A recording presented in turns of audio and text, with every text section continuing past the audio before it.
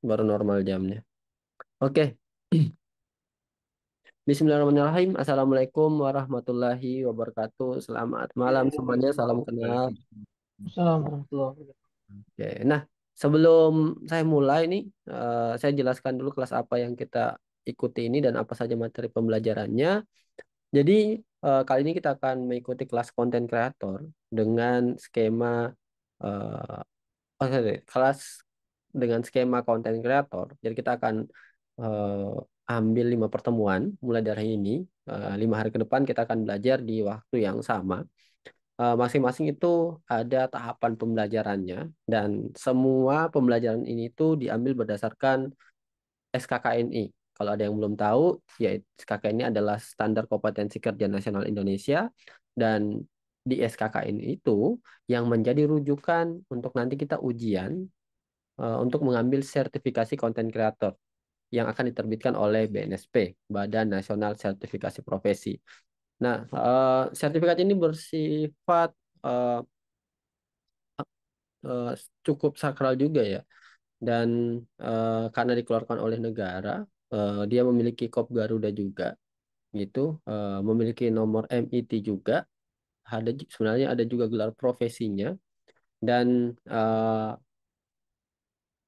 mungkin ujiannya tidak akan mudah gitu karena skema konten kreator itu untuk pelatihannya biasanya cukup lama, 1 bulan 2 bulan gitu. Tapi kali ini kita coba rangkum selama 5 hari. Tapi kalau teman-teman bisa full mengikuti kelas ini 5 hari, saya rasa potensi untuk kompetennya itu jauh lebih besar gitu. Tinggal ikut, kemudian pelatihannya dikerjakan juga semua tugasnya. Saat nanti diuji kompetensi itu harusnya potensi untuk kompetennya itu jauh lebih besar gitu. Nah, eh, jadi yang 5 hari ke depan yang kita akan pelajari, di hari pertama ini kita belajar tentang fundamental konten kreator dulu. Apa itu konten kreator? Kita mau jadi konten kreator seperti apa? Yang mana yang dikatakan konten berkualitas dan lain sebagainya. Besok kita akan belajar tentang eh, praproduksi, perencanaan konten, brainstorming, kemudian riset konten seperti apa, six element personality yang akan kita bahas, kemudian eh, platform-platform media yang akan kita publish itu seperti apa. Di hari ketiga, kita akan belajar tentang produksi, teknik pengambilan gambar, kamera movement, angle shoot, kamera zeiss, kemudian 3 point of lighting, yang semuanya bisa digunakan untuk produksi gitu.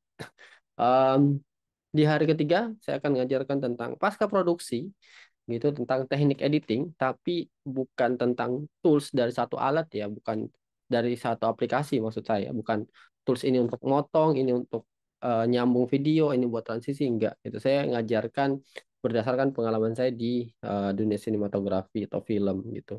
Kontinuitas, tempo, ritme pada video, kemudian menjaga balancing video seperti apa gitu, mengatasi footage-footage yang bermasalah. Nah, itu yang akan kita pelajari. Di hari terakhir, tidak terlalu banyak, kita hanya belajar tentang publikasi. Jadi setelah kita belajar penulisan, eksekusinya, ngeditnya, kita akan belajar mempublikasikannya. Kita lebih belajar ke SEO, Search Engine Optimize pada YouTube. Gitu. Setelah itu, kita akan diskusi sedikit tentang tips dan trik untuk ujian nanti. Itu mungkin itu sedikit gambaran ya untuk pertemuan kita 5 hari ke depan. Sebelum saya mulai memperkenalkan diri sebagai dan juga memulai materinya, saya mau kenalan dulu sama teman-teman nih yang ada di sini gitu. Saya mungkin mulai dari Pak Adam Firman dulu nih. Boleh Pak Adam Firman perkenalkan diri? Ya, Assalamualaikum, Ya, uh, bukan nama, Pak dari Taufik. daerah mana, kemudian dari instansi apa, kenapa sih ambil sertifikasi konten kreator? Malam Pak Adam. Selamat malam. Saya dari Bekasi. Uh, saya satu instansi sama Mas Sunanta dan Mas Hebi. Oke. Kami satu corporate gitu. Jadi alasannya ya untuk meningkatkan kemampuan yang pertama ya, karena basicnya kami bukan uh, marketing atau pemasaran ataupun tadi seni videographer dan lain-lain gitu. Dan intinya sih at the end mau untuk meningkatkan konten-konten dari perusahaan kalau bikin postingan-postingan gitu. Thank you, Pak Taufik. Oke, sama-sama Pak Adam. Thank you. Oh, oh. Ya, tapi ini Pak Adam sebelumnya udah ambil kelas digital marketing atau baru ini mau Sudah, CDM, udah. lanjut ke sini? Oh, Iya, oke, thank you Pak Adam. Lanjut. iya. Terima kasih. Lanjut Pak Aymar. Ada Pak Aymar? Oke, Baik, aman. Assalamualaikum warahmatullahi wabarakatuh. Waalaikumsalam Izin warahmatullahi. memperkenalkan diri, saya Aimar Komadin Nasrullah, Hmm, asalnya dari Cilegon. silakan. Untuk instansi, saya masih mahasiswa dari Universitas Islam Indonesia Wah, luar biasa. di Yogyakarta.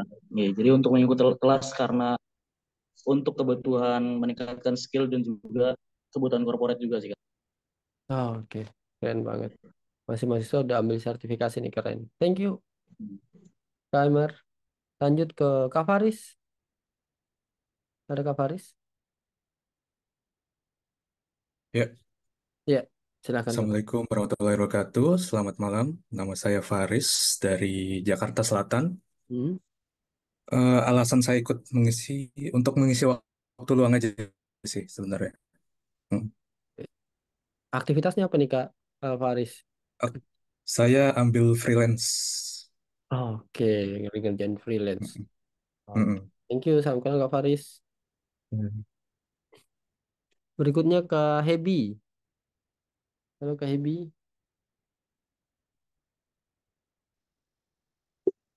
Halo, Assalamualaikum Pak wah Taufik. Selamat malam. malam. Sebelum perkenalkan, saya Hebi Suhebi dari Bekasi yang tadi sudah disebutkan sama Pak Adam sama Pak Sunanta bahwa kami satu instansi.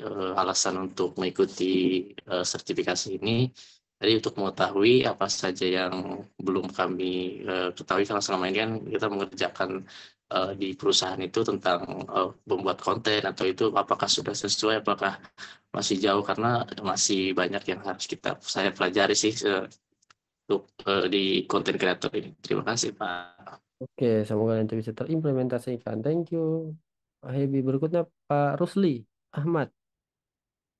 Silakan Pak. Ya, malam Pak. Malam. Ya, perkenalkan saya Rusli, asal dari Sidoarjo, tapi saat ini domisili Bondowoso, Pak, Jawa Timur. Itu alasan mengambil sertifikasi karena kebutuhan instansi, Pak. Kebetulan saya bekerja sebagai pengajar di Politeknik. Terima kasih. Oke, dosen. Baru disalam kenal Pak Rusli. Thank you. Berikutnya Kak Sunanta Wiguna. Iya, halo, selamat malam. Assalamualaikum warahmatullahi wabarakatuh. Boleh. Perkenalkan saya dengan Sunanta, saya dari Bekasi. Tadi sudah disebutkan tujuan mengikuti content creator ini untuk mengetahui eh, pemahaman lebih lah tentang bagaimana pembuatan konten. Kami satu instansi dengan Pak Adam dan Mas Hebi. Oke, Terima kasih. terima kasih. Berikutnya Pak Syahrul Rizal. Baik. Halo, selamat malam. Assalamualaikum warahmatullahi wabarakatuh. Waalaikumsalam. Coach Taufik, terima kasih atas waktunya. Sama. Nama saya Syahrul Rizal, domisili sekarang di Karawang. Kemudian kegiatan aktivitas sehari-hari sebagai freelance di profesional hipnoterapi, dan harapan ke depan tentunya dengan skill yang nanti akan saya dapatkan melalui pelatihan ini, guna meningkatkan daya tarik dan jangkauan di Hmm, media sosial, kemudian menyampaikan edukasi dengan lebih efektif tentunya, dan membangun personal branding yang jauh lebih kuat. Oke, good. Good goals, Kak Syahrul. Thank you, Kak Syahrul. Oke, Berikutnya sama-sama Coach. Kak Sunanta. Udah ya, Kak Sunanta. Kak Yonatan. Sorry. Halo, Kak Yonatan. Ya, selamat malam semuanya. Saya dari Surabaya. Eh, Usia saya 28 tahun dan saat ini saya tidak mewakili instansi manapun. Saya berdiri atas nama individu dan saya mengikuti kegiatan program konten kreator ini untuk mendukung usaha media saya yang saat ini kebetulan juga akan melakukan ekspansi ke YouTube. Jadi saya ingin meningkatkan kualitas konten kreator saya yang Hmm. harapannya bisa mendukung usaha media saya. Oke, keren banget udah punya media sendiri nih Kak Yonanta. Thank you, salam kenal Kak Yonanta. Lanjut ke Kak Hendra. Halo Kak Hendra, ada? Oke. Iya, halo, selamat malam. Nama Mal- saya Hendra Hermawan. Untuk domisili itu dari Serang, Banten. Hmm. Profesi sebagai seorang jurnalis, tapi untuk mengikuti ini itu secara personal saja gitu. Oke, keren, keren. Tujuannya untuk meningkatkan kompetensi dan juga kebutuhan kerjaan. Oke, salam kenal Kak Hendra. Thank you Ya, perkenalannya. Berikutnya saya ke Kak Muhammad Ali. Ada? Kak Muhammad Ali, AFK? Ada nih? Oh, ada. Halo Kak.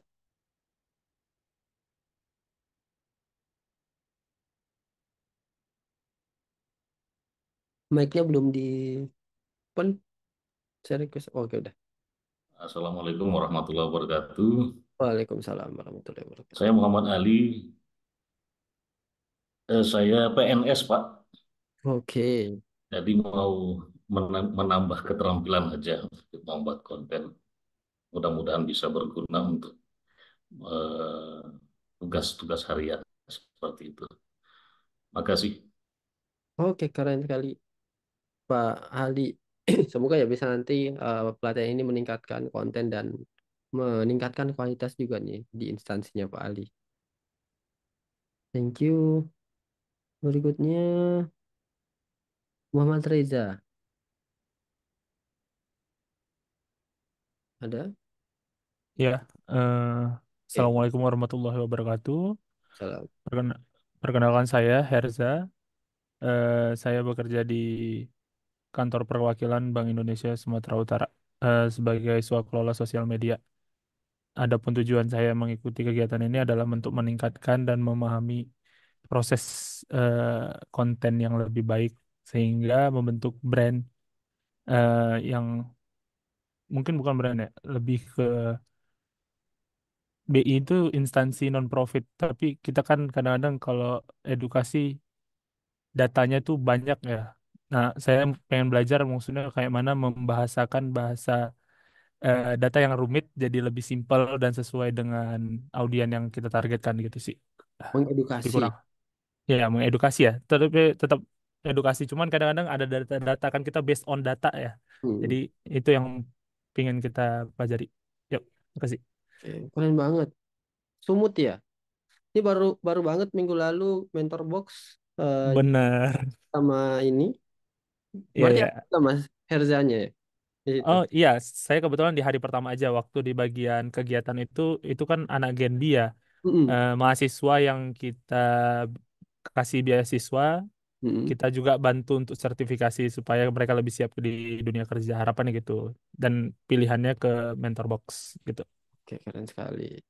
Kak Erza. Salam kenal Kak Erza. Ya, Eh, salam kenal. berikutnya Kak ini ya belum. Kak Siti Zakia yang paling cantik nih kayaknya di batch kali ini. Ini adalah Iya, ya betul. Ini cewek sendiri nih kayaknya, Mas. ya. Oke, halo selamat malam semuanya. Perkenalkan saya Siti Zakia, biasa dipanggil Kiki. Saya seorang pengajar di Telkom University. Alasan mengikuti Content Creator Certification karena memang di kampus kami itu udah ada mata kuliah konten marketing gitu. Jadi untuk saya share lagi kepada mahasiswa dan kebetulan juga saya dikasih amanah sebagai koordinator sosial media program studi gitu. Jadi ini juga semoga after ini kemampuan saya untuk membuat video khususnya untuk prodi saya dan juga mengajarkan kepada mahasiswa bisa uh, apa namanya bisa naik level gitu. Mas. Terima kasih. Sama-sama. Oh, keren banget nih Kak Zaki. Oke. Bukunya mungkin saya nih yang perkenalkan diri. Thank you semua, salam kenal. Eh, tadi macam-macam. Di sini ada yang udah jalan ngonten nggak? Konten yang udah jadi konten kreator nggak? Minggu lalu banyak banget. peserta yang udah konten gitu atau sudah jadi konten kreator yang cukup banyak followersnya gitu, Eh, udah bahkan punya topik konten gitu. Eh, Bahkan minggu lalu kayaknya dominan perempuan nih, nih malah kebanyakan atau cuma tinggal satu nih perempuannya, luar biasa. Oke, saya perkenalkan diri dulu mungkin sebelum kita masuk ke materi, ada baiknya tahu ini siapa yang speak di depan. Perkenalkan, nama saya Taufik, gitu. Nama lengkapnya Muhammad Taufik Dwi Putra. Ini alamat saya dulu di Jalan Dukuh, Tangerang Karawaci, atau masih di Jakarta. Sekarang udah domisili Makassar, gitu. Tapi eh, sekarang lagi di Sorong nih. Itu bertepatan dengan kemarin tuh yang BI di Medan gitu. Saya di Sorong bawa materi kebetulan untuk dosen-dosen di sini juga itu upgrading di multimedia design gitu. Di sini tuh udah 1 minggu, besok mungkin baru balik. Jadi eh, ya ke rata-rata memang yang ngambil sertifikasi ini kalau bukan desain adalah orang-orang yang sudah bekerja. Tadi saya appreciate sekali ada satu mahasiswa yang udah kepikiran udah jauh ambil sertifikasi. Ya berikut juga sih mahasiswa-mahasiswa BI itu luar biasa juga udah kepikiran untuk ambil sertifikasi meskipun belum lulus sarjana gitu. Itu step yang besar sekali menurut saya. Eh, saya mau mulai karir di audiovisual itu mulai tahun 2009, mengoperasikan kamera, membuat film, mengambil gambar itu tahun 2009 sampai sekarang. Jadi mungkin kurang lebih udah 14 14 tahun, 15 tahun gitu, kurang lebih di bidang ini gitu. Kerja pertama kali saya kerjanya sebenarnya di rektorat kampus. Saya kuliah di Universitas Hasanuddin di Makassar, di Unhas gitu. Baru selesai saya langsung direkrut sama kampus untuk kerja di bagian humas. Di situ saya one man show itu meskipun ada kepala humas, ada sekretarisnya gitu, tapi tetap eksekutornya di saya. Kalau lebih 1 tahun, terus pindah ke stasiun TV, Go TV. Di situ saya kerja sebagai editor berita. Setelah itu saya pindah ke PT Mago Group tahun 2017. Ini perusahaan yang berfokus ke marketing. Di situ saya mulai belajar membuat konten-konten untuk periklanan. Karena ini memang perusahaan yang berfokus untuk membuat iklan atau mendistribusikan produk dengan iklan. Kemudian saya pindah ke PT Tosen Permai Lestari, ini perusahaan konvensional yang paling besar juga di Kota Makassar. Dia tuh punya yang mengelola hotel, mengelola mall, gitu. Jadi satu wilayah gitu dia yang kelola semua hotel, mall, lapangan, gitu. Jadi saya di sana sebagai manajer tim kreatifnya atau manage beberapa anggota. Lalu kerja lagi sebagai instruktur di Balai Latihan Kerja tidak lama, hanya 2 bulan, terus ke Jakarta kerja di toko.com, kemudian setelah itu bekerja lagi di JDID, setelah itu balik lagi ke Makassar itu tahun 2021 gitu karena masalah COVID. Nah, di samping itu saya menjalankan beberapa perusahaan itu. Ada yang saya dirikan dari tahun 2015, namanya itu Kelas Film yang sekarang sudah menjadi production house. Kami menghandle di tahun 2015 itu kurang lebih 30 short movie. Sampai sekarang mungkin udah lebih 50 short movie yang kita kerjakan. Kemudian kita ngehandle video-video iklan komersial, kita ngerjain company profile, salah satunya company profile Kota Makassar, company profile Kota Makassar 2018, 2019 itu kami yang handle. Kemudian company profile universitas, kampus, Tialan, Unhas, beberapa kampus ya, lain lagi, LP3I, kami ngerjain company profile Rumah Sakit Pertamina, dan beberapa perusahaan lagi yang lainnya gitu. Jadi benar-benar fokus di company profile gitu, pembuatan profil video perusahaan, PH-nya gitu. Itu berjalan sampai sekarang sambil kita ngerjain iklan, kita ngerjain live streaming juga. Itu udah merambah ke dunia audiovisual yang lebih luas sekarang. Nah, di samping itu saya punya perusahaan agensi namanya Magau Kreatif Digital. Nah, ini agensi yang mengelola beberapa konten perusahaan lain gitu. Jadi kita ngelolanya tuh bukan konten perusahaan sendiri, tapi perusahaan lain yang kita kelola gitu. Di Makassar mungkin ada kurang lebih 7 brand gitu. Dan baru saja kemarin beberapa minggu lalu saya buka cabang di Jakarta. Di sana kita handle kurang lebih 4 brand. Gitu. Jadi untuk agensi ini udah punya 2 kantor sekarang di Kota Makassar dan di Jakarta gitu.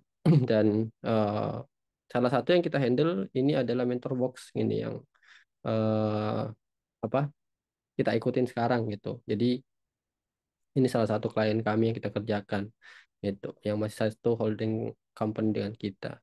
Kemudian apalagi ya? Oh, saya juga punya usaha konvensional, bisnis konvensional. Saya punya kafe, namanya Cafe Tulus di Kota Makassar. Itu kafe yang unik. Jadi saya mempekerjakan semua teman-teman disabilitas gitu. Jadi baristanya, chefnya, waitersnya itu semua teman-teman tuli. Gitu. Kalau ada yang mau jalan-jalan ke Makassar, boleh main-main ke kafe gitu. Jadi kurang lebih itu sih beberapa perusahaan yang saya pegang sekarang yang saya jalankan gitu. Dan prestasi, saya pernah juara satu film pendek di Festival Film Pendek di Kota Makassar tahun 2016 as sutradara, editor, DOP itu masih saya yang pegang. Kemudian di tahun yang sama atau tahun depannya saya lupa itu juara satu lagi di Metro TV itu dengan video competition kita kita bisa gitu kalau nggak salah. Video competition Indonesia kita Food Metro TV, nah itu dapat juara satu, kemudian juara favorit di video yang sama gitu. Jadi dapat 2 kategori itu dengan jumlah dia tuh lumayan saat itu. Jadi juara satu dapat 50, juara favorit dapat 30. Itu modal awal gitu berdirinya PH dan menjalankan production house saya sampai sekarang. Kemudian pernah juara 2 di Wardah Fashion Show Competition Mother Day gitu. Itu kompetisi fotografi. Ini singkat mungkin tentang saya. Jadi eh, apa yang saya akan ajarkan itu bukan hanya sekedar dari SKKNI. Saya memasukkan beberapa hal juga dari pengalaman saya selama kurang lebih 15 tahun di bidang audiovisual ini. Dan mungkin itu bisa menjadi bekal teman-teman peserta nih untuk nge-create konten atau ngolah konten ke depannya. Gitu. Next. Nah, sebelum masuk ke semua materi itu, hal yang paling mendasar nih yang harus kita pelajari sebenarnya mulai berangkat dari definisi gitu. Kenapa sih dalam pelatihan ini itu butuh penjelasan teoritis? Karena saya mengingatkan kembali kalau pelatihan kita ini outputnya adalah ujian gitu, lolos di uji kompetensi. Jadi paling tidak kita tuh harus tahu secara teori dulu sebelum nanti kita menunjukkan kompetensi kita secara praktik gitu. Makanya saat saya menjelaskan teori, itu menjadi hal yang penting juga kita perhatikan. Karena itu menjadi bahan saat kita ditanya sama asesor nanti tentang beberapa hal. Jadi biasanya itu tanya jawab dulu baru nanti praktikum. Nah, karena kita mengambil skema konten kreator nih, otomatis akan ada pertanyaan tentang konten gitu. Yang paling mendasar itu adalah apa itu konten kreator gitu. Yang merupakan skema yang kita ambil sekarang. Nah, saya mendefinisikan konten kreator itu adalah suatu profesi. Sini ada kata suatu profesi. Kenapa mesti profesi? Ya karena kalau kita sudah mendeklar diri kita adalah konten kreator, as a content creator, ya berarti kita punya responsibility di sana, kita punya tanggung jawab. Saat kita sudah mendeklar diri kita konten kreator, ya kita harus mengayomi penonton, membuat konten bukan berdasarkan kita saja, tapi mempertimbangkan keinginan penonton. Nah, itulah konten kreator. Dan sama seperti kita kerja di kantor, kita mengajar di kampus, ya konten kreator juga ada jam kerjanya gitu. Dia juga butuh eh, disisihkan waktu gitu untuk mengerjakannya dalam satu hari gitu. Cuman bedanya mungkin kalau kita kerja secara eh, di office bisa 9 to 5 gitu kita kerjanya datang pagi pulang sore, tapi di ini kita kerja profesional tapi waktunya jauh lebih fleksibel gitu, tidak ada batasan waktu. Tapi ini kadang bisa menjadi pisau bermata dua nih. Kadang karena saking fleksibelnya kita bisa kerja kapan saja sampai akhirnya nggak dikerjakan, atau ini malah menjadi sesuatu yang bisa mensupport kita karena waktunya sangat fleksibel untuk dikerjakan. Nah, yang jadi pertanyaan berikutnya adalah apa tugas dari konten kreator? Seperti namanya, content creator, orang yang ngebuat konten, maka konten kreator ini merupakan profesi yang membuat suatu konten gitu. Jadi konten yang dihasilkan output dari profesi kita ini adalah konten gitu. Nah, konten apa saja sih atau apa saja sih yang bisa dikatakan konten? Di sini pertama ada tulisan. Tulisan ini bisa berupa konten. Ada yang bisa jawab nggak? Yang mana sih contoh konten berupa tulisan itu? Ayo, mungkin teman-teman peserta. Apa yang kepikiran kok saya bilang konten tulisan? Contoh, apa? Twitter. Twitter. Benar, Twitter platform konten tulisan. Ada lagi? Blog. Blog juga merupakan konten tulisan gitu, artikel gitu, buku, novel, semua itu adalah konten tulisan yang berdasarkan tulisan. Itu benar sekali. Dan Twitter juga adalah sebuah konten tulisan, ngepost sebuah kata-kata dan dinikmati oleh audiens, dan itu sebuah konten juga. Selain tulisan ada juga gambar. Nah, kalau gambar ini kita sering jumpai di Instagram, desain-desain informatif, desain-desain carousel yang berslide-slide gitu, kemudian infografis. Nah, semua itu adalah konten gambar. Kemudian ada konten suara.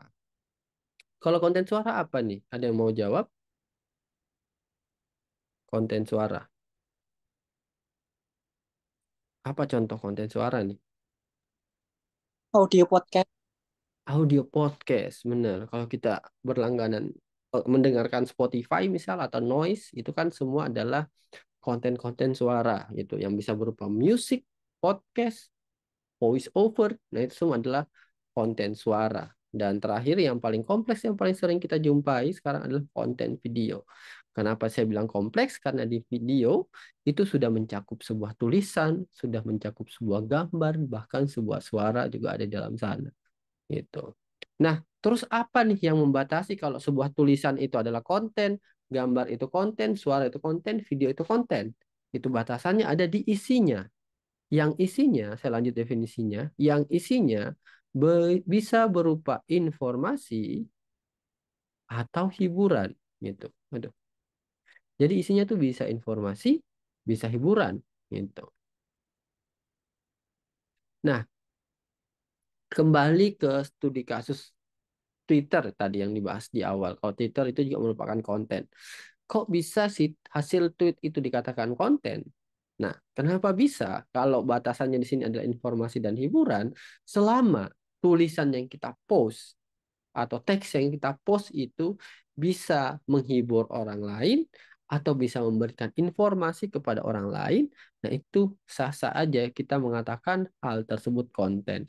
Dan sering kadang muncul perdebatan terhadap sebuah konteks tertentu, mengatakan ini itu konten atau bukan gitu. Mungkin nanti dipertanyakan sama asesor nih, apakah ini yang dinamakan konten? Kalau ini konten atau bukan? Ini konten atau tidak?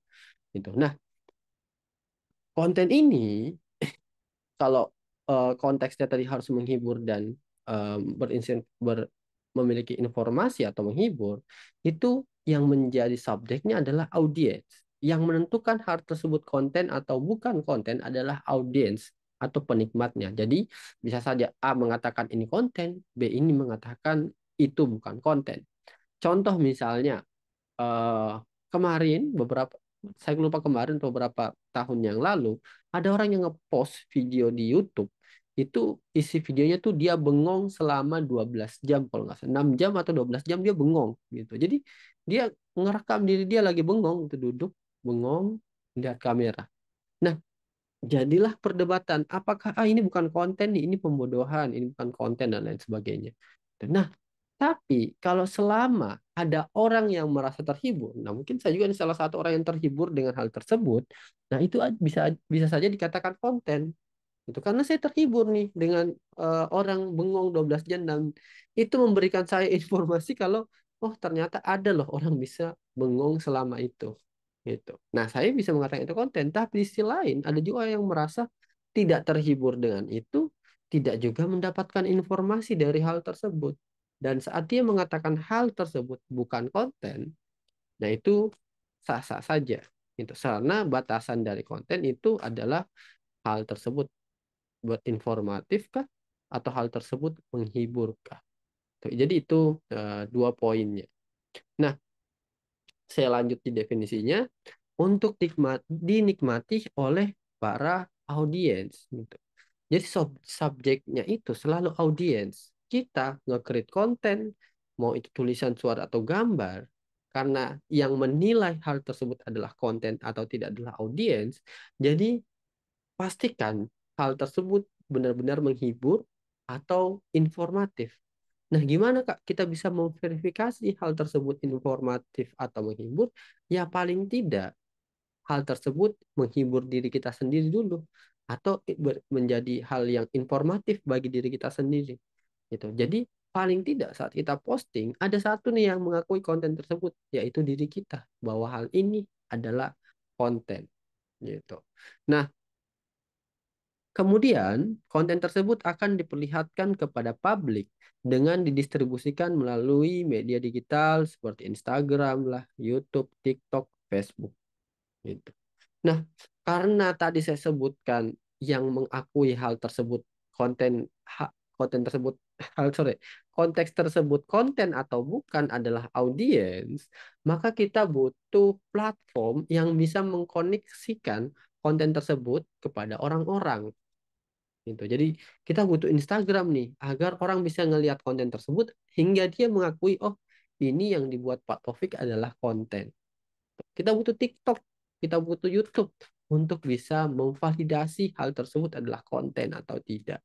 Sehingga orang bisa menikmati, orang bisa mendapatkan hiburan dari sana, mendapatkan informasi juga dari sana, ya dari apa yang kita lakukan gitu, dari konten yang kita buat. Gitu. Jadi platform itu sebagai jembatannya tuh untuk mendapatkan pengakuan atau verifikasi dari audiens yang lebih banyak gitu. Gimana Kak kalau misalnya saya buat konten, terus kontennya saya simpan, tidak saya publish, apakah itu konten? Gitu. Nah, itu adalah konten buat diri Anda sendiri. Terus kalau kamu tanya orang terhadap konten yang kamu simpan ini apakah konten atau bukan, mereka tidak akan mengatakan itu konten karena dia tidak bisa mengaksesnya, dia tidak melihat apa yang ada di dalamnya, dia tidak bisa terhibur atau mendapatkan informasi dari sesuatu yang kau simpan sendiri. Gitu. Makanya butuh platform-platform ini, Instagram, YouTube, TikTok ini untuk bisa membagi gitu konten kita kepada orang banyak sehingga banyak yang memverifikasi atau mengakui ini bahwa hal tersebut adalah sebuah konten gitu. Nah, sampai sini ada mau tanyakan dulu sambil minum. Ini menjadi hal penting. Kenapa? Karena mungkin ini bisa jadi pertanyaan paling pertama dari asesor gitu.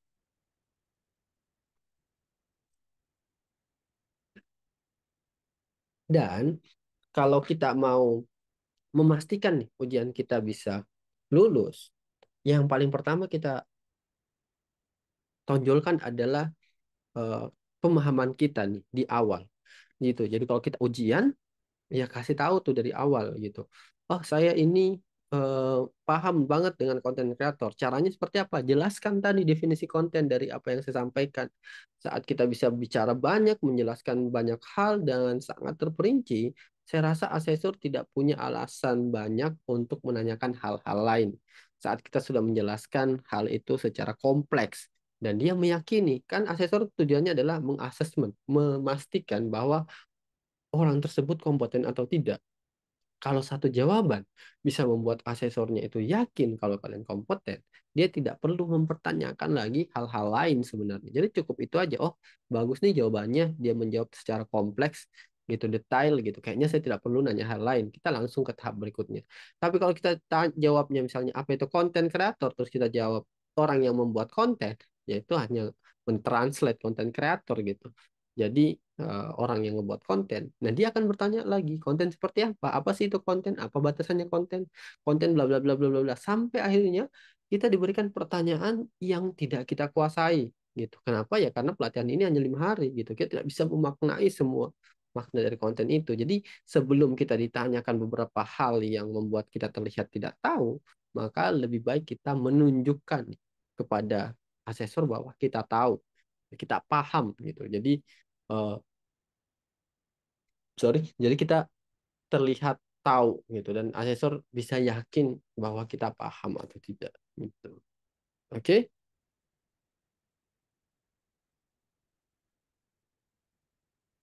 Sekarang kita lanjut. Nah, ini juga yang sering jadi pertanyaan gitu. Kenapa sih mesti konten kreator dari sekian banyak kerjaan gitu atau dari sekian banyak profesi? Tunggu ke belakang sebentar. Saya izin ke belakang sebentar ya. Ntar aja. Monggo Mas, monggo.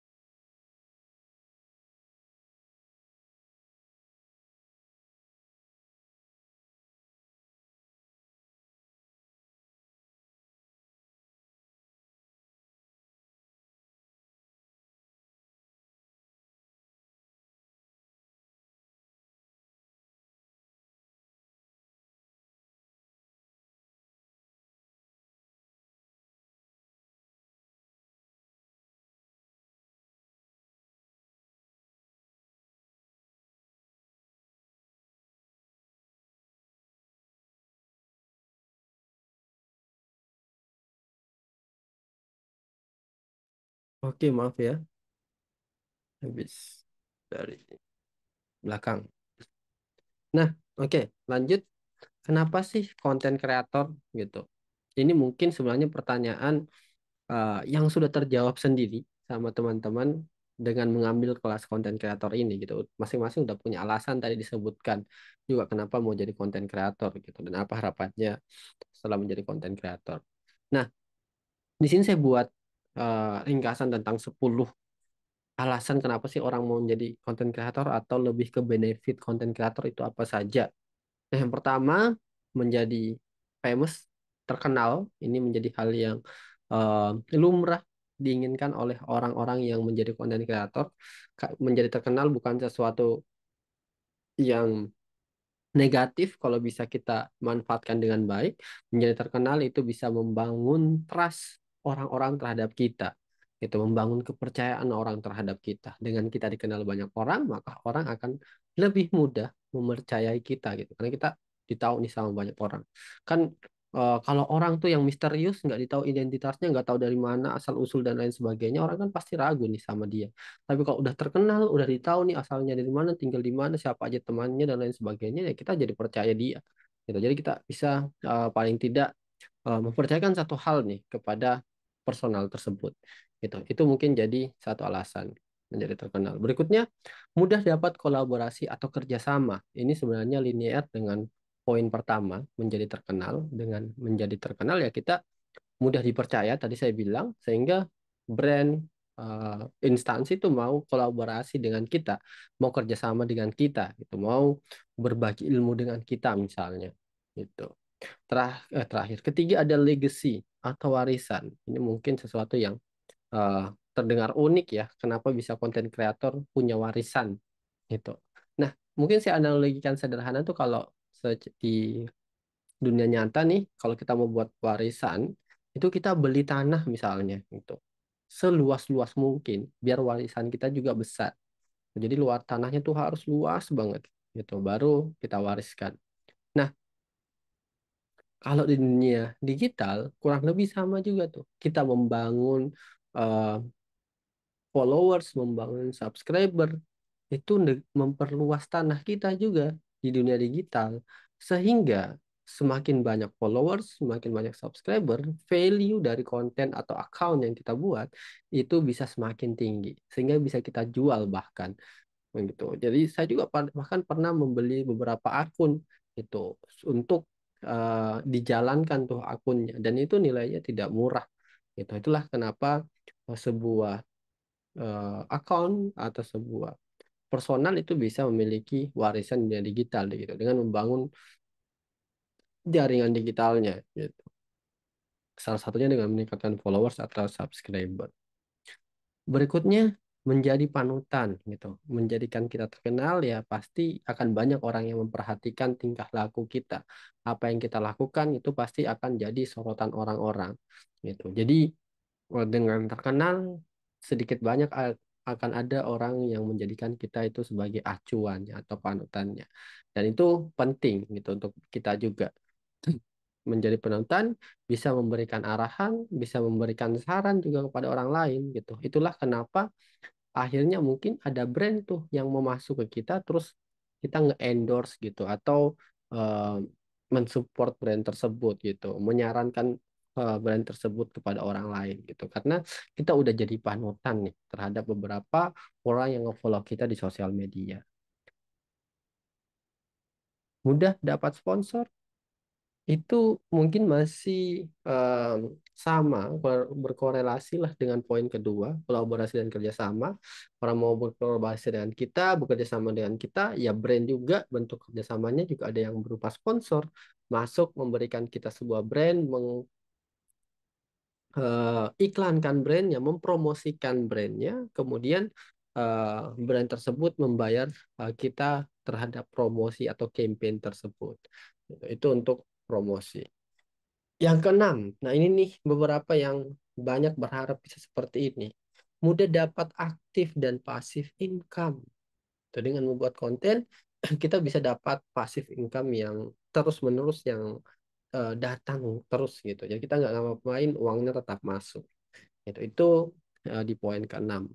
Cara dapatnya seperti apa? Kalau active income seperti yang tadi saya sampaikan, nge-endorse gitu, nge-promote, nge-campaign sebuah produk, jadi brand ambassador, itu active income. Nah, kalau passive income itu dari video kita di channel YouTube gitu. Kita upload video di YouTube, orang nonton videonya, iklannya jalan, terus uangnya masuk ke rekening kita tanpa kita ngapa-ngapain, hanya dengan membuat konten, satu konten misal. Yang lain mungkin ada yang mau sambil ngemil, mau sambil ngopi, silahkan ya. Saya izin sambil minum kopi.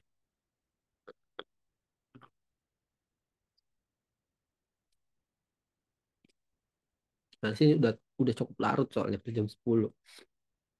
Nah, Berikutnya, memberikan dampak positif. Nah, ini relate dengan poin keempat, jadi panutan. Kalau kita udah jadi panutan, pastikan kita menjadi panutan yang memberikan dampak positif kepada viewers kita.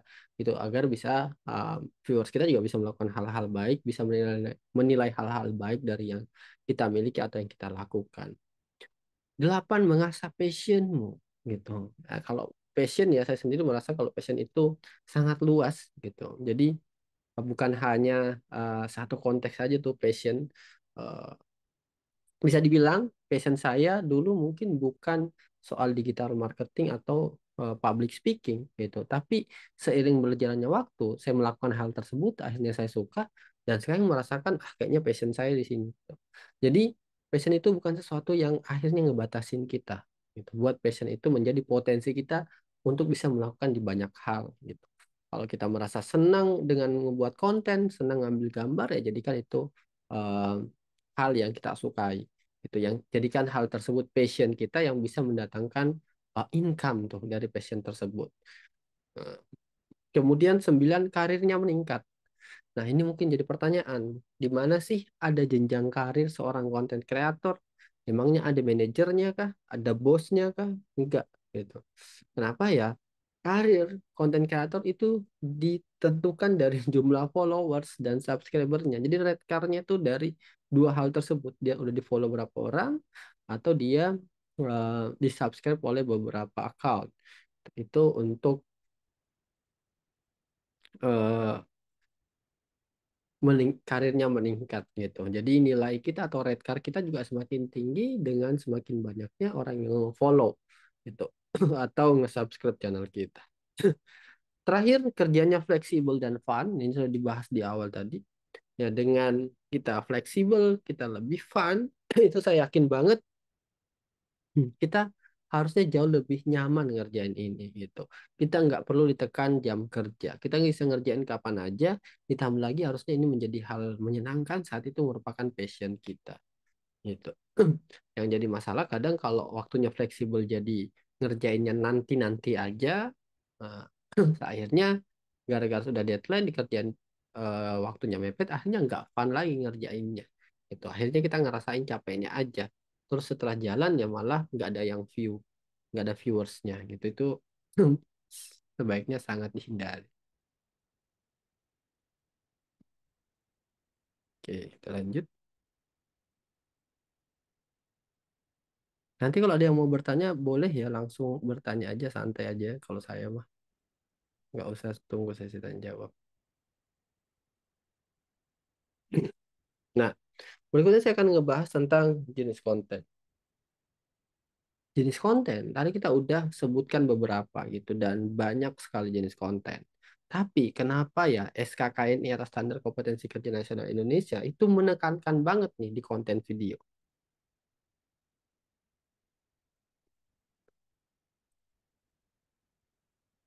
Yang pertama pastinya seperti yang saya jelaskan tadi.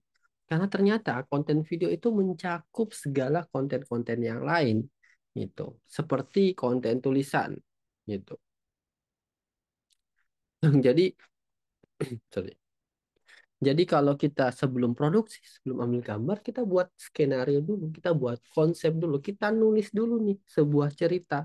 Itulah ada teks di dalam konten video. Kemudian visual gitu. Di dalamnya itu pasti ada gambarnya gitu. Kita di syuting ada gambar yang kita include-kan dalam video. Nah, itu merupakan bagian-bagian dari konten video. Kemudian ada suaranya udah pasti. Karena kita ngomong, kita menyampaikan secara verbal, jadi orang langsung tahu gitu kita eh, membahas tentang apa. Dan semua itu saat digabung lahirlah sebuah video yang dimana teksnya ada, visualnya main nih di mata, kemudian audionya juga main di konteks yang mereka sampaikan. Gitu. Nah itulah kenapa SKKNI-nya itu mesti ke konten video gitu atau dominannya ke konten video. Mungkin ada yang merasa, oh saya harapnya konten kreator pakai Canva kemarin atau saya mengharapnya kemarin um, konten kreator yang sound aja. Enggak. Ya, kita akan coba yang paling kompleks yaitu konten video. Nah, sebelum saya melanjutkan materinya, saya ada pertanyaan dulu untuk semua peserta yang sekaligus ini merupakan tugas pertama dari kalian untuk nanti diuji kompetensi. Nah, tugasnya kalian boleh tulis di Google Document, tulis di Google Dokumen, Mas. Aduh, kok gini. Hmm, Dokumen masing-masing. Jadi masing-masing buka dulu Google Dokumen gitu di email pribadinya yang dipakai. Terus soalnya yang pertama begini. Saya ingin menjadi konten kreator yang bisa titik titik titik titik agar titik titik. Ini ada contoh. Gitu. Jadi intinya di poin pertama itu jelaskan kalian ingin menjadi konten kreator seperti apa dengan cukup detail gitu. Detailnya apa? Dia membuat tadi ingin menjadi konten kreator misalnya otomotif gitu. Kemudian agar saya bisa bergaul atau bisa menjelaskan mobil lebih banyak gitu atau eh, terserah deh gimana intinya paling tidak tuh jadi satu paragraf menjelaskan teknik, menjelaskan manfaat, menjelaskan fungsi kontennya itu untuk apa. Dan yang pertanyaan kedua, soal kedua, tuliskan masing-masing, tuliskan minimal tiga eh, link konten kreator favorit kalian. Ini soal nomor dua jadi. Kalian boleh tulis konten kreator favorit kalian siapa gitu. Kalau konten kreator yang favoritnya misalnya eh, misalnya tadi ya konten apa ya pertama kita bahas ya konten masak makan deh. Mungkin yang pertama bisa Next Carlos karena emang makan juga. Mungkin yang kedua bisa Ferry Ruandi nih dan membahasnya dari segi ekonomi karena teknik visualnya juga bagus. Yang ketiga mungkin bisa konten kreator lain lagi gitu. Jadi silahkan tuliskan tiga link konten kreator yang paling kalian suka. Itu atau yang menjadi panutan kalian, tapi tidak apa-apa jika tidak berhubungan dengan konten yang akan kalian buat. Jadi intinya seperti itu. Silahkan tulis, nanti minimal tiga, nanti terus kita review gitu. Saya akan diskusikan tentang hal tersebut. Sampai sini ada yang mau ditanyakan dulu sebelum saya mulai waktunya. Kurang lebih mungkin 10 menit aja ya. Semoga bisa selesai 10 menit, 10 menit, 15 menit lah paling lama.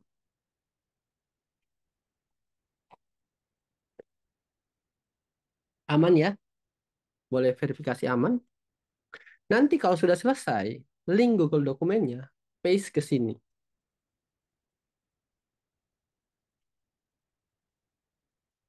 Dan open access. Buka akses. Oke? Gimana? Tolong kalau misalnya oke, kasih jempol atau teks oke agar kita mulai. Kalau enggak, saya akan jelaskan kembali. Uh, halo? Ada nih? Ada semua nih? Halo? Ini untuk Halo? dikerjain sekarang, ya Pak. Ya? Ini bikin Google dokumennya sekarang. Iya, sekarang. Sekarang ngerjainnya, saya kasih waktu 10 menit. Setelah itu kita review bareng-bareng. Ya, dan saya kasih insight juga. Supaya saya tahu nih, oh ini mau jadi konten kreator ini, jadi konten kreator ini. Gitu.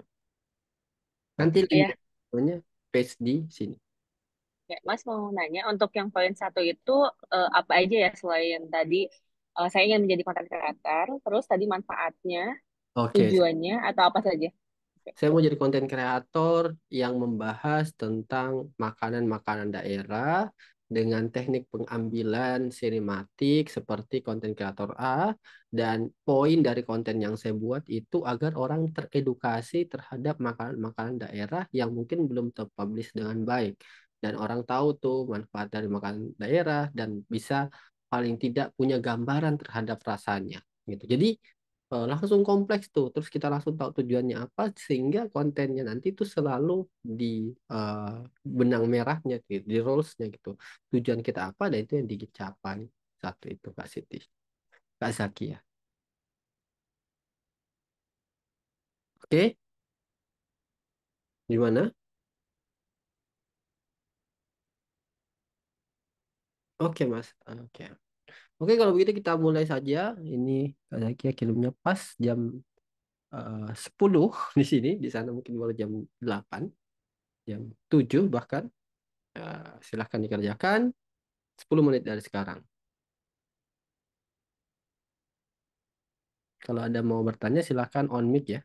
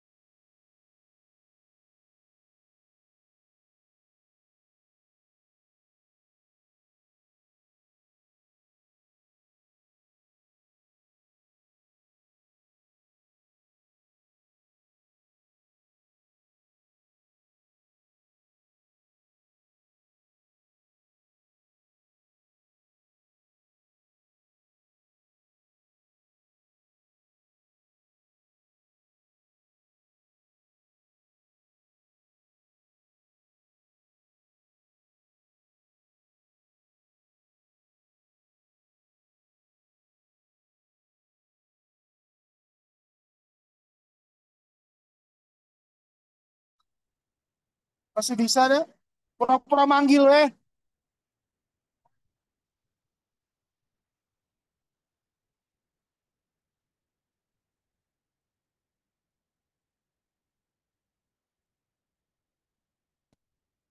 Mas Asu bisa.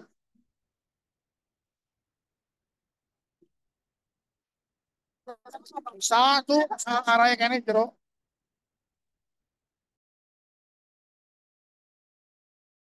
Kayak gitu ya.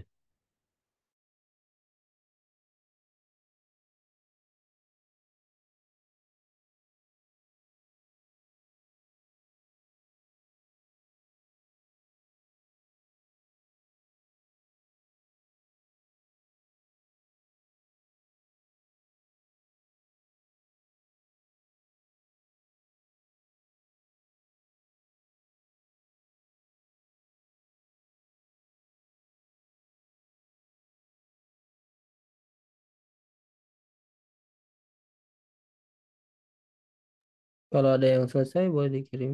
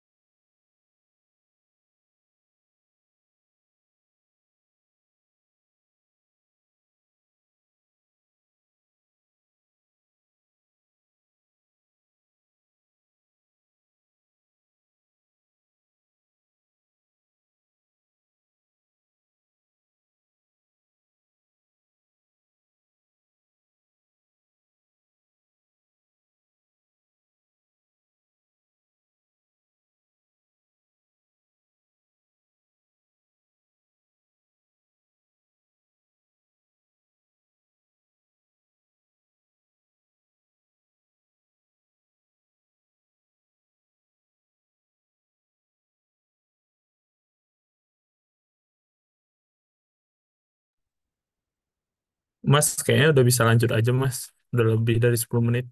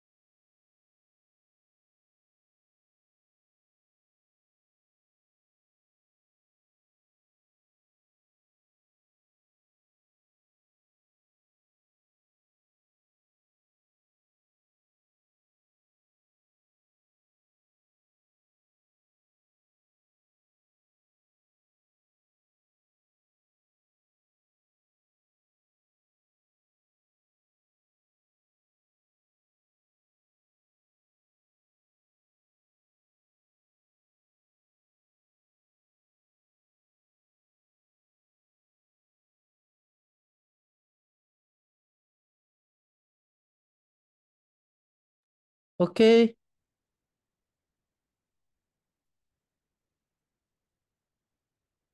udah.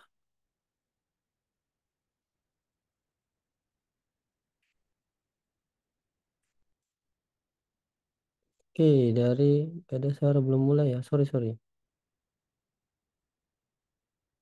Kita ke Kak Aymar dulu nih. Wah ini cukup sedikit nih Kak Aymar. Saya ingin menjadi konten kreator yang membuat konten bermanfaat. Hmm.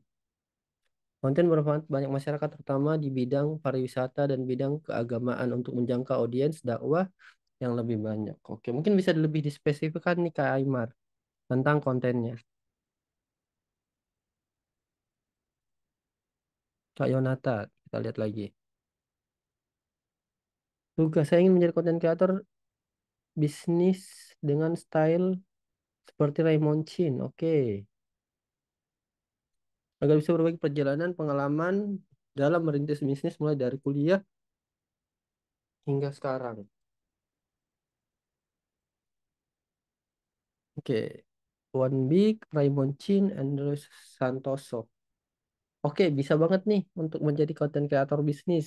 Nah, apalagi kalau sudah mulai ada kalau udah punya bisnis, eh, tinggal itu tuh yang dikulitin tentang sistemnya, kenapa pilih bisnisnya, ya bercerita tentang bisnisnya, eh, teknik marketingnya, dan lain sebagainya gitu. Kalau bisnisnya apa nih? Kalau boleh tahu Kak, Kak Yonatan. Halo? Ya, untuk saat ini yang paling sedang difokuskan adalah media. Jadi kami punya fandom.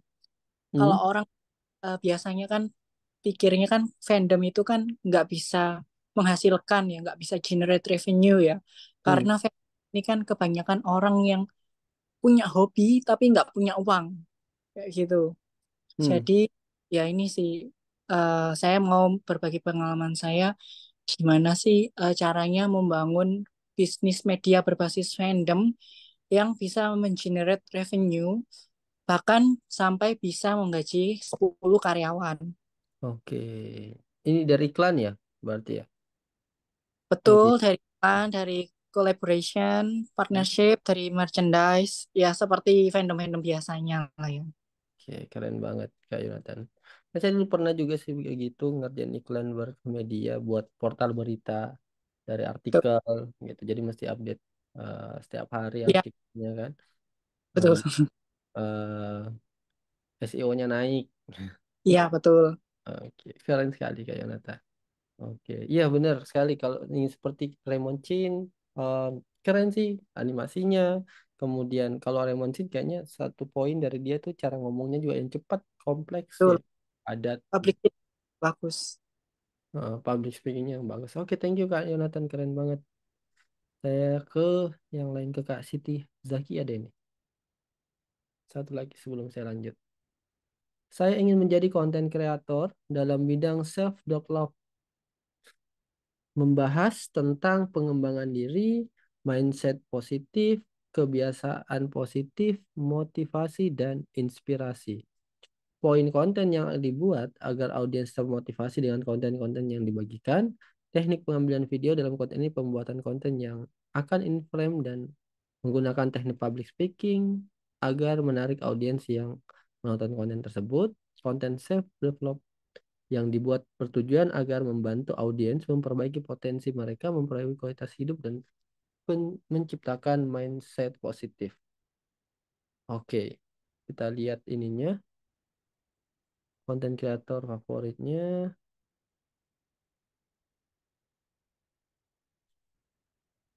Tuh, analis Widya Guna, saya buka ya. Saya belum nggak tahu soalnya nih. Saya lihat dulu.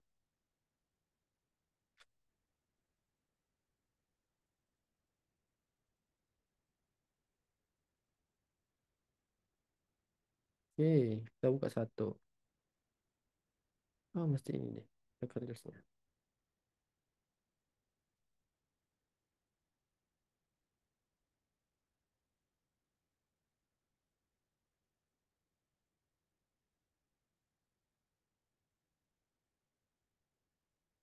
Kalau kita bicara tentang apa yang kita nggak bisa. Karena melihat tantangan dalam dunia kerja, disrupsi semakin tinggi, angka pengangguran juga semakin tinggi. Ngebikin mungkin teman-teman di usia sekolah, kuliah, atau mungkin usia mencari kerja, bertanya apa yang harus aku lakukan. Nah, salah satu mindset yang harus kita punya adalah growth mindset. Bagaimana teman-teman berpikir untuk selalu optimis dan bertumbuh. Daripada berpikir bahwa aku nggak bisa dan aku gagal, coba dirubah dengan aku belum bisa, aku harus apa. Nah, ini akan membuat teman-teman jadi berfokus kepada berbagai kesempatan, peluang untuk membangun diri. Makanya buat kalian yang pengen tahu.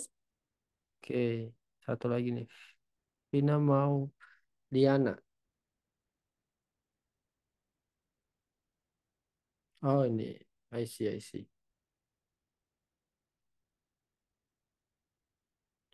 Kita kembali ke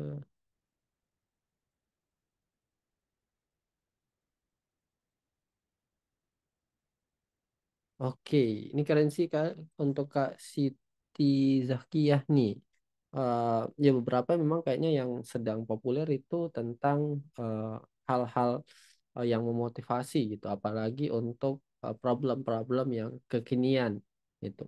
Nah, yang mungkin yang bisa diterapkan mungkin Kak Siti Zakia dan mungkin nanti agar sedikit berbeda mungkin dari segi visualnya gitu. Entah itu animate-nya bisa dimasukkan atau beberapa elemen grafis yang bisa mendukung kata-katanya gitu. Tidak mungkin hanya sekedar teks atau monolog di depan kamera gitu. Kadang juga yang butuh itu seperti dialog gitu dengan orang yang terdampak langsung atau orang yang benar-benar mengalami hal tersebut dan bagaimana kita bereaksi terhadap motivasi tersebut itu juga menurutku salah satu nge-create konten dan sekaligus studi kasus gitu. Sekaligus kita apa namanya menyelesaikan masalahnya misalnya tanpa menyebutkan karakter atau orang yang bersangkutan gitu. Jadi eh, lebih real mungkin pembahasannya dengan orang gitu. Oke, ini itu aja ya. Kita lanjut dulu yang lain. Soalnya masih ada beberapa. Nanti yang lain sambil saya baca tugas-tugasnya dan ingat ini linknya jangan dihapus gitu, jangan di delete gitu link Google Doc-nya. Kenapa? Karena besok kalau ada tugas itu in lagi yang dipakai gitu. Jadi and the end saat kita ujian itu tidak perlu lagi apa namanya mengirimkan satu persatu file tugasnya gitu. Jadi satu link dokumen, semua tugasnya itu udah ada di dalam gitu. Jadi di keep untuk soal-soalnya, sorry, untuk jawabannya di pertemuan pertama, nanti di pertemuan berikutnya akan kita gunakan lagi gitu. Jadi mungkin setiap tugas di tiap pertemuan nanti akan pakai dokumen Google yang sama.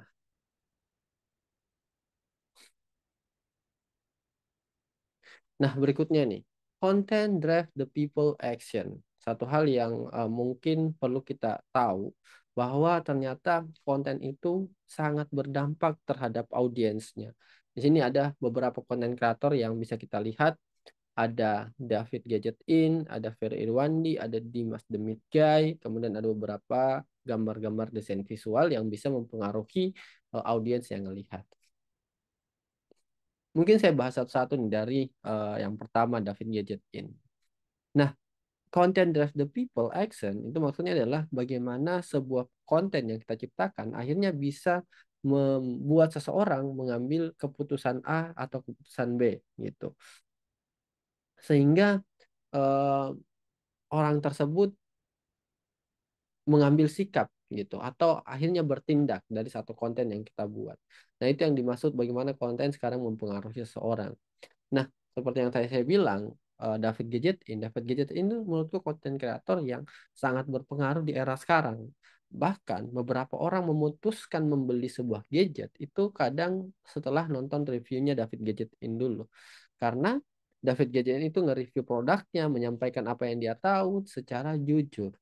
Kenapa David Gadget In bisa mendapatkan begitu banyak viewers? Mungkin dari beberapa reviewers HP atau gadget lainnya. Mungkin pertama karena dia salah satu pelopornya juga yang cukup terkenal di awal. Kemudian yang kedua itu adalah dia selalu menjaga trust dari audiensnya. Gitu. David Gadget itu selalu menjaga trust penontonnya. Gimana sih cara dia menjaga trust penontonnya? Ya dengan cara tidak melabeli dirinya dengan brand tertentu gitu. Jadi dia tuh nggak pernah menunjukkan dia nge-endorse brand tertentu dalam kontennya. Kenapa? Karena saat David Gadget In misalnya sudah mulai berpihak terhadap satu brand, nah itu bisa menyebabkan kepercayaan penonton jadi hilang, respect penonton jadi hilang. David Gadget ini membangun kontennya bertahun-tahun, mungkin hanya gara-gara satu video aja nih yang membuat penonton tidak percaya lagi sama dia. Akhirnya subscribernya turun, viewersnya pergi, dan lain sebagainya. Kenapa bisa seperti itu? Ya karena kita nih, audiens itu adalah orang yang coba membangun kepercayaan terhadap personal-personal yang ada di internet gitu. Konten kreator untuk akhirnya bisa mendapatkan followers yang banyak atau subscriber yang banyak, itu kuncinya sebenarnya satu, yaitu membuat orang percaya terhadap apa yang kita sampaikan as a personal atau as a industry. Nah, saya follow David Gadget ini karena percaya gitu. Dengan kontennya dia yang nge-review gadget. Saya follow konten kreator yang lucu-lucu gitu, yang funny, yang menghibur.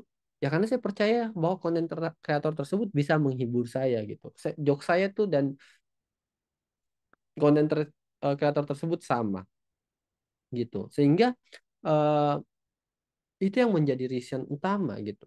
Kita nge-follow atau akhirnya nge-subscribe orang gitu.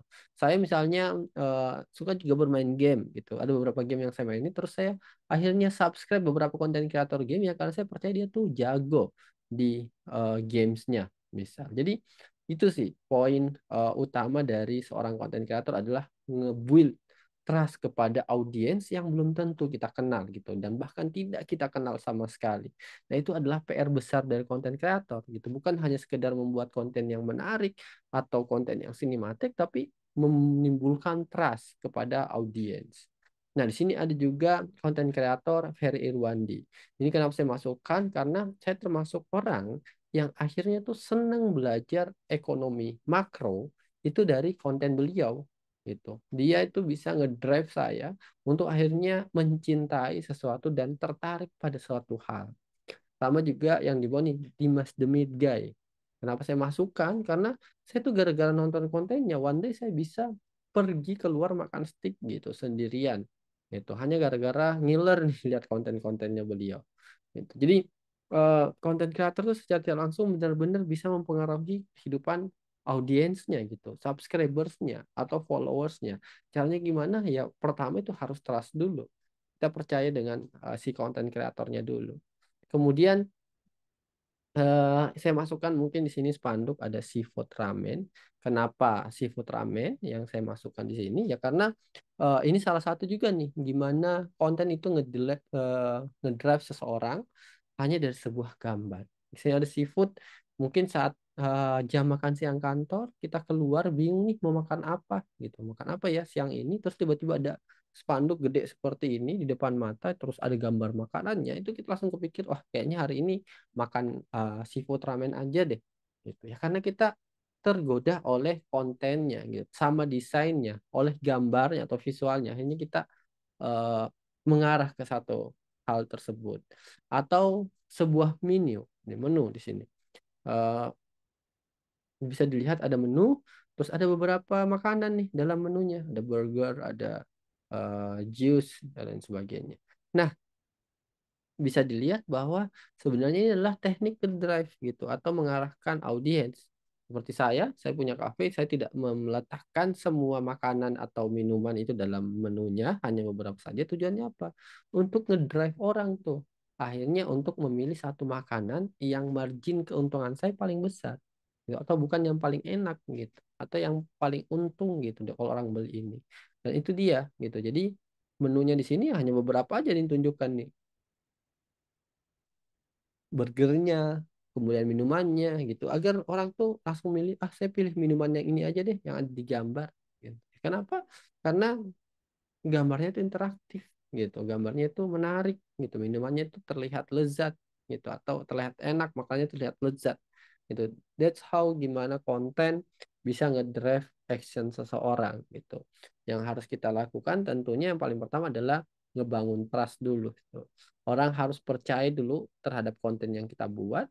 Kita harus membuat konten semenarik mungkin.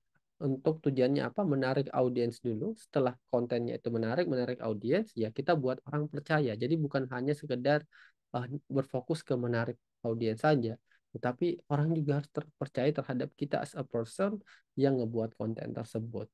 Itu yang dimaksud dengan konten kreator. Nah, setelah itu kita masuk ke konten yang berkualitas atau quality content. Yang mana sih yang dimaksud dengan konten yang berkualitas itu? Gitu. Dari sekian banyak jenis konten, konten yang berkualitas itu sebenarnya seperti apa sih? Gitu. Ada orang yang bilang konten berkualitas itu kalau sinematik, konten berkualitas itu kalau viewersnya banyak, konten berkualitas itu kalau banyak komennya gitu. Sangat-sangat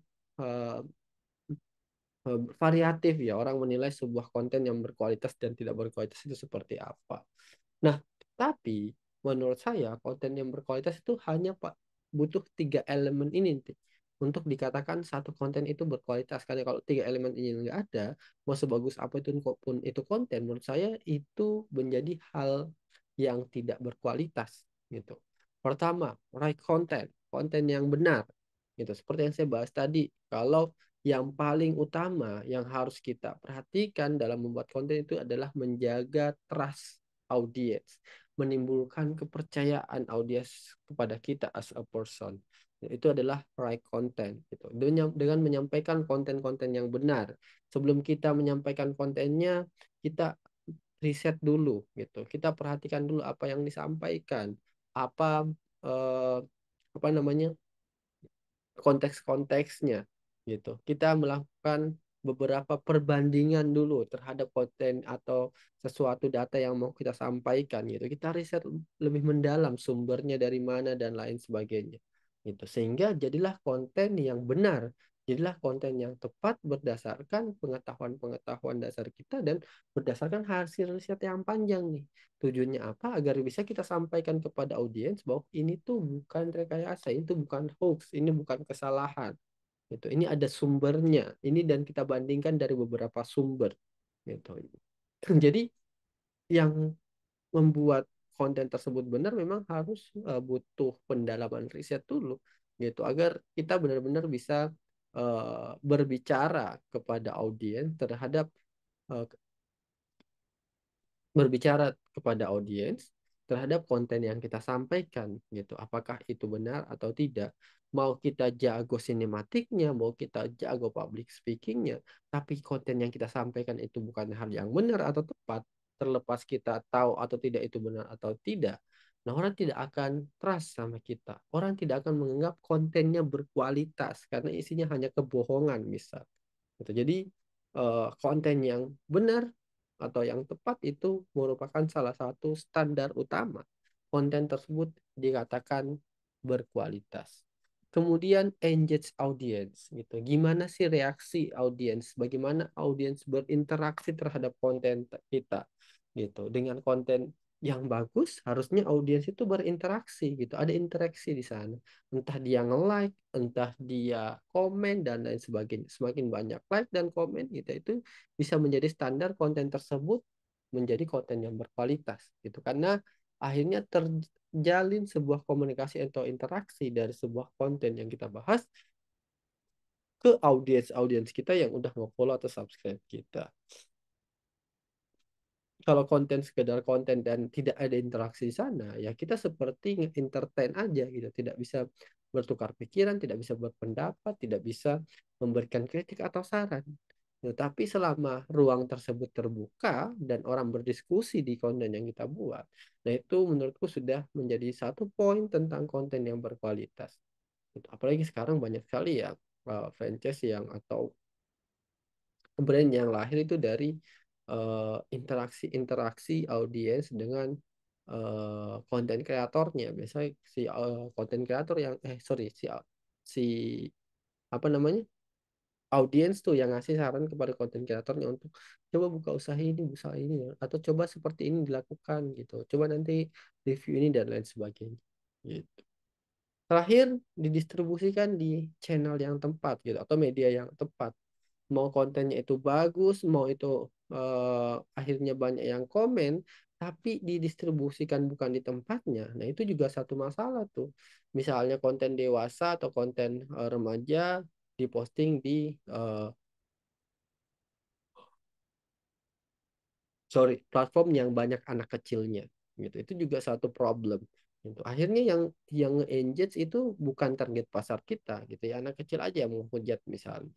Itu akhirnya konten yang tepat yang kita riset mendalam ya tidak diterima oleh audiens atau audiens merasa ini bukan hal yang saya butuhkan dan itu fan-fan saja gitu. Dan itu lahir karena pendistribusian konten yang mungkin kurang tepat gitu. Jadi memastikan konten didistribusikan dengan tepat juga adalah tugas utama dari konten kreator agar konteks yang kita sampaikan dalam konten kita nih bisa langsung sampai ke audiensnya, bisa langsung sampai ke penonton yang memang membutuhkan informasi tersebut atau membutuhkan validasi dari konten yang kita buat tersebut. Sampai sini ada yang mau bertanya? Kalau enggak kita lanjut dulu. Mungkin lanjut aja dulu ya sampai nanti ke bagian akhir. Nah, ini nih mungkin sedikit tentang sumber income konten kreator. Ini hal yang sudah bukan informasi baru lagi ya. Ada beberapa hal kita tahu nih. Kalau ini tuh adalah sumber-sumber pemasukan dari seorang konten kreator. Nah, di sini saya ambil studi kasus tuh konten kreator makanan gitu atau food vlogger. Pertama jadi konten food tester atau reviewer restoran untuk membantu memberikan masukan dari segi menu makanannya ke restoran tersebut gitu. Jadi kita bisa nge-review nih satu restoran kalau misalnya kita food vlogger, kita kasih insight yang bagus misalnya agar review eh, review konten restoran tersebut jadi naik gitu di sosial media atau di Maps misal. Kemudian jadi food vlogger yang membantu restoran tersebut memiliki rating yang bagus di internet gitu. Merekomendasikan, terus menyarankan orang-orang agar nge-like mungkin atau video konten dari makanan tersebut gitu, tempat makan tersebut. Terus jadi agen yang bertugas untuk mengumpulkan para top food vloggers. Nah ini sebenarnya seperti saya nih. Kalau saya tuh ngumpulin orang karena saya agensi, saya kumpulin orang yang mau jadi talent gitu. Itu yang dibangun gitu. Nah, ini bisa juga tuh kalau kita jadi tidak mau in frame di food vlogger ya kita kumpulin aja food vlogger yang kita kenal terus terus kita tawarin tuh ke UMKM UMKM yang mau di eksekusi kontennya. Kemudian membuka restoran sendiri. Ini juga udah berjalan gitu beberapa konten kreator sekarang bisa akhirnya mendapatkan income dan dapat trust dari audiensnya itu karena dia membuka usahanya sendiri dan usahanya itu lancar gitu, bukan yang harus ada dianya berjaga di sana. Kemudian membangun sistem franchise sama seperti tadi, kalau sudah buka restoran sendiri ya kita akhirnya bisa buka franchise tuh, atau kita buka cabang di beberapa tempat. Jasa paid promote untuk merekomendasikan beberapa tempat favorit kita, dan terakhir kalau kita tidak mau in frame, tidak mau terlibat di dalam, ya udah kita jadi video editornya aja tuh gitu. Jadi output dari content creator tuh memang sebenarnya cukup luas ya. Nah, berikutnya ini yang sering menjadi pertanyaan peserta tuh. Kira-kira Kak, saya mulainya tuh ngebuat kontennya dari sosial media mana gitu. Dari TikTok kah, dari Instagram kah, Kak, atau dari YouTube? Menurut saya dari manapun itu bukan menjadi permasalahan utama sebagai konten kreator gitu, tapi memahami atau tahu nih tentang platform yang mau kita gunakan. Misalnya kita seringnya main di Instagram ya udah kita startingnya di Instagram aja. Kita seringnya misalnya main di eh, TikTok ya udah kita buatnya mungkin di awal TikTok dulu. Kenapa ya? Karena di TikTok atau Instagram itu yang sering kita buat, kita paham tuh konteks dia berpikir seperti apa, terus kenapa dia begini, kenapa dia begitu. Akhirnya kita tahu. Dan dengan kita sering membuka satu platform tersebut, ya kita bisa akhirnya mengambil keputusan yang jauh lebih bijak saat ngebuat konten gitu, berdasarkan apa yang lagi tren, berdasarkan apa yang disukain orang dan lain sebagainya. Gitu. Dan itu menjadi hal penting. Jadi jangan paksakan kita membuat konten di platform lain yang mungkin tidak relate atau tidak nyaman buat kita. Ya kita selalu starting dari konten atau dari platform yang kita sukai, gitu, atau yang kita sering buka. Gitu. Sebenarnya ada beberapa karakteristik sosial media. Mungkin nanti saya akan jelaskan satu persatu saat kita buka Instagram, saat kita buka TikTok, seberapa besar pengaruhnya. Gitu. Nah, terakhir nih, langkah saya nih sebagai konten kreator, langkah kita semua nih sebagai konten kreator, apa sih yang harus kita lakukan gitu untuk starting menjadi seorang konten kreator? Yang pertama, karena kita sudah punya mindset kalau kita ini adalah konten kreator sekarang, kita melihat konten orang lain itu bukan dalam bentuk konten tersebut menghibur atau menarik. Harusnya saat melihat konten yang viral dan bagus, ya kita harus bertanya, gitu, gimana sih dia bisa membuat konten seperti itu, gitu. Kenapa sih konten seperti itu menarik, gitu. Dan kenapa sih ini viewersnya banyak, ini engagementnya banyak, gitu. Itu semua tuh di bagian riset, gitu. Kita memperhatikan secara mendetail konten per konten, sehingga nanti kita bisa ubah menjadi satu konten yang lebih personal nih untuk kita, gitu. Nah, setelah melakukan riset, kalau riset ini tidak perlu juga setiap hari ya, tidak perlu juga buang waktunya untuk semua full riset. Nanti kita akan bahas di pertemuan berikutnya tentang metode-metode risetnya. Nah, tapi di berikutnya itu ada catat dan buat ide. Nah, ini juga yang menjadi hal penting saat kita menjadi content creator.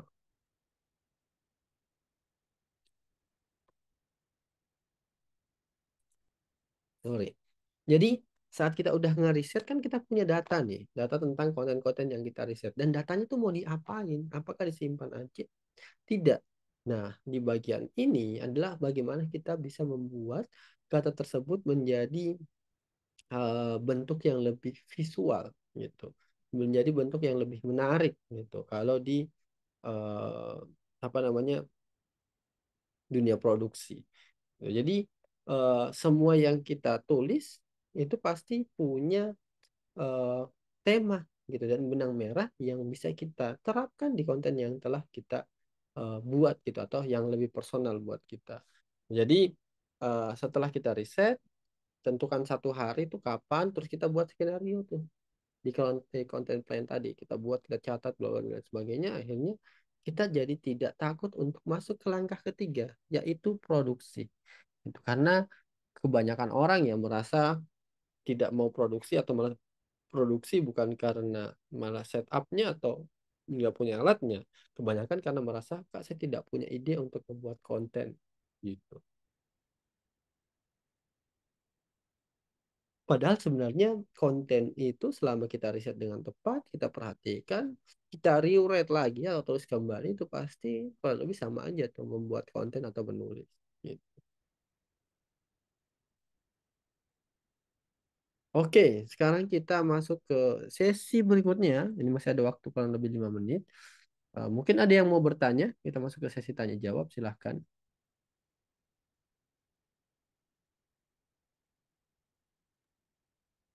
Izin Kak, mau tanya Kak. Oke, silakan Kak Rusli, boleh. Ya, mau nanya terkait dengan Nice. Ini kan awal menjadi konten kreator kan pasti menentukan target audiens atau Nice. Di sini kan yang mungkin perlu dijelaskan lagi Kak. Karena kan kita kan kadang punya minat yang mungkin tidak marketable. Sedangkan kalau ingin menjangkau target audiens yang luas, kita harus mengikuti pasar yang tidak sesuai dengan Nice ataupun juga kompetensi konten kreatornya. Nah, itu kalau menyikapi seperti itu bagaimana? Terima kasih. Oke, makasih Kak Rusli atas pertanyaannya. Oke, jadi Nice itu sebenarnya nanti akan saya bahas besok ada di 6 elemen personality. Dari appearance, dari kompetensi, dari achievement itu bisa kita membangun niche atau karakter kita. Nah, yang sering jadi polemik adalah bagaimana kalau ternyata karakter yang kita bangun itu tidak disukai oleh orang. Gitu. Apakah ada yang salah di sana atau penonton kita yang salah? Gitu. Nah, itu jadi problem juga. Nah, pertama, mungkin saat kita merasa ternyata niche yang kita kerjakan tidak worth, ya kita coba untuk mengganti gitu, atau setidaknya sedikit menggeser beberapa hal gitu, atau menambahkan hal baru di niche kita gitu. Kompetensi kita kah, atau sikap kita mungkin yang lucu, atau sikap kita mungkin yang lebih detail gitu, atau sikap kita yang lebih tegas. Nah, jadi kita tambahkan ke hal yang sudah kita miliki sehingga bisa membangun karakter yang lebih unik di internet gitu. Nah, bagaimana kalau sudah melakukan itu tapi tidak juga naik gitu? Ya udah kita geser sedikit niche-nya gitu ke hal-hal lain gitu yang mungkin bisa menjadi karakter kita juga terus menjadi uniqueness juga dan orang lihat nih konten yang kita bangun. Nah, gimana Kak sampai akhirnya misalnya tidak bisa juga words? Ya udah kita ganti tema konten. Nah, kalau di agensi saya itu si copywriter pasti selalu melakukan testing AB. Setelah dia membuat satu dua konten, dia testing dulu nih ini menarik atau tidak gitu. Viewersnya seperti apa? Oh ini kurang diganti. Oh ini nggak bagus diganti dan lain sebagainya. Itu juga menjadi hal penting dalam nge-create konten.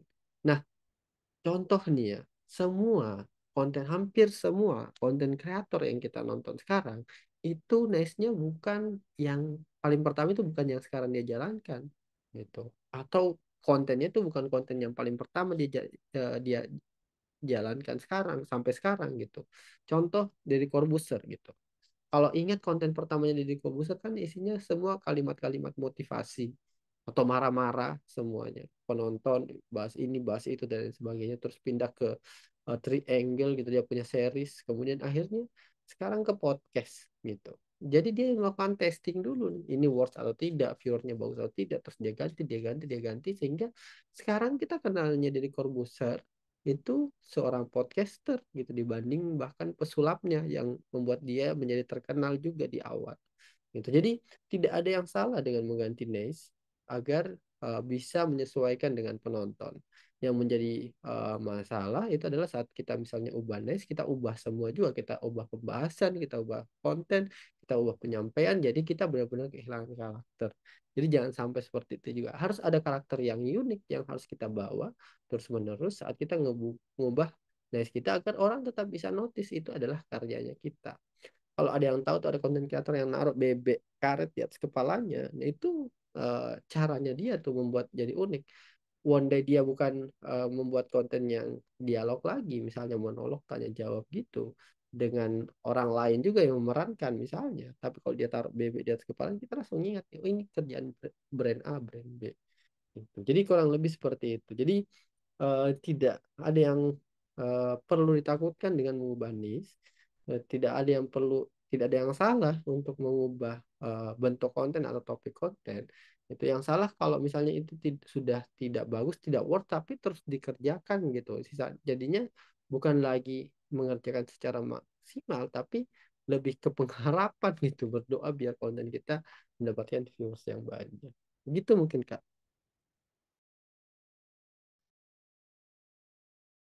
Oke, sorry. Sepertinya tidak terputus. Suara saya aman?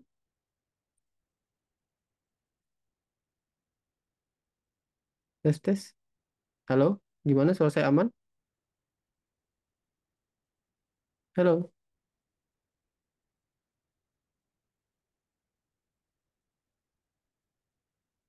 Aman. Kedengeran suaranya. Oke. Ini kayaknya tadi ada yang ini deh. Hilang lagi, Pak. Nut nutup ininya. Nutup zoomnya kayaknya. Jadinya keluar semua orang. Keluar semua ya tadi. Kaget saya. Oke, mungkin ada lagi yang mau bertanya. Silakan mungkin satu pertanyaan lagi nih. Gak apa-apa.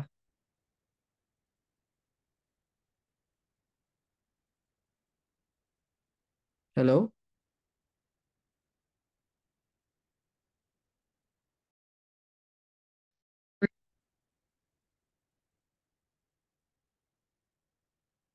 Oke, kayaknya nih jaringan nggak terlalu kondusif nih di tempat saya.